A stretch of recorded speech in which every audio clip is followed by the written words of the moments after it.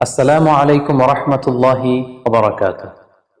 প্রিয় ভাই এবং বোনেরা, সম্প্রতি করোনা ভাইরাসের সেকেন্ড ওয়েভ পুরো বাংলাদেশে ভয়াবহ আকারে বিস্তার লাভ করেছে।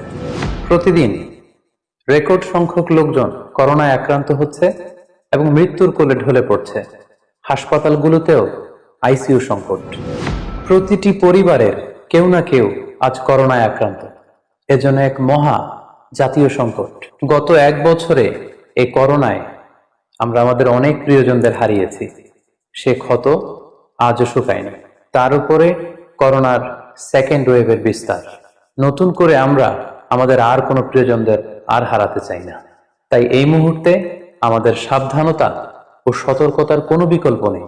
সব ধরনের জনসমাগম এড়িয়ে চলুন। বাইরে বের হলে অবশ্যই মাস্ক পরে বেরোবেন। বাইরে থেকে ঘরে ফিরে